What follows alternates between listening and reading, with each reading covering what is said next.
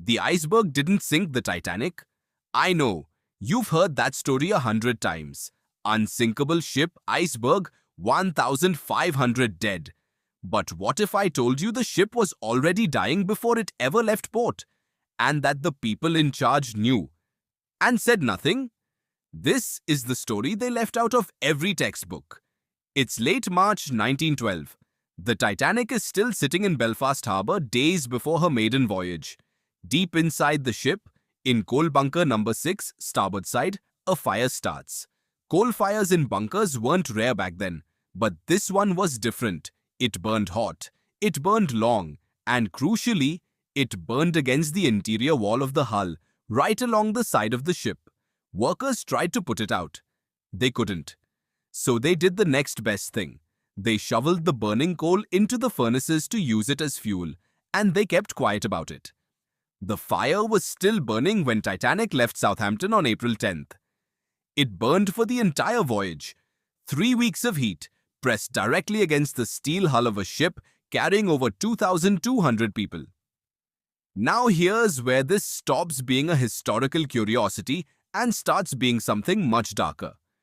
In 2017, journalist Senan Molony spent 30 years researching Titanic. He obtained photographs taken by the ship's chief electrical engineer, photos never widely published, and they show something remarkable. A 30-foot black mark on the hull, starboard side, right at the bow, exactly where the iceberg hit. Metallurgists who analyzed the steel explained what happens to iron alloy under sustained heat at those temperatures. Its tensile strength drops dramatically. Steel that would normally absorb an iceberg strike, bending, flexing, holding, instead fractures. Cleanly, quickly, almost like hitting a cold weld with a hammer. The fire didn't just weaken the ship, it weakened the exact spot that needed to hold. So who knew? The engineers knew.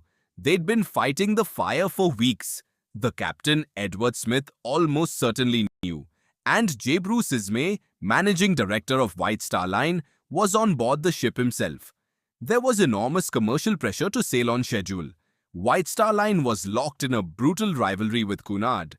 Delaying the maiden voyage meant headlines, losses, embarrassment. So they sailed. And when Titanic struck that iceberg at 11:40 p.m. on April 14th, in the exact location the fire had been burning, the hull didn't hold the way it should have. 6 compartments flooded in minutes. The ship was only designed to survive 4. After the sinking, both Britain and America launched official inquiries. Survivors testified, officers testified, engineers testified. The coal fire was never mentioned, not once, not in any official record. Think about that. A fire that burned for 3 weeks on the most famous ship in the world, and it didn't come up in either government inquiry. Molony believes this was deliberate. White Star Line was facing catastrophic insurance claims and criminal negligence questions. A fire they knew about and sailed anyway. That changes everything about liability. The story that survived was clean. Tragic accident, iceberg, act of God. Nobody's fault. Nothing to be done.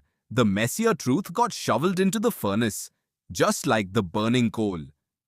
1,517 people died on April 15, 1912.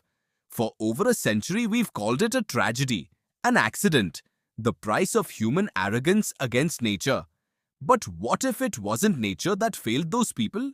What if it was a decision made by men in suits under financial pressure to sail a compromised ship and hope for the best? The iceberg was just the thing that finished what the fire already started. And someone made sure we'd never ask that question. Share this if you think people need to know.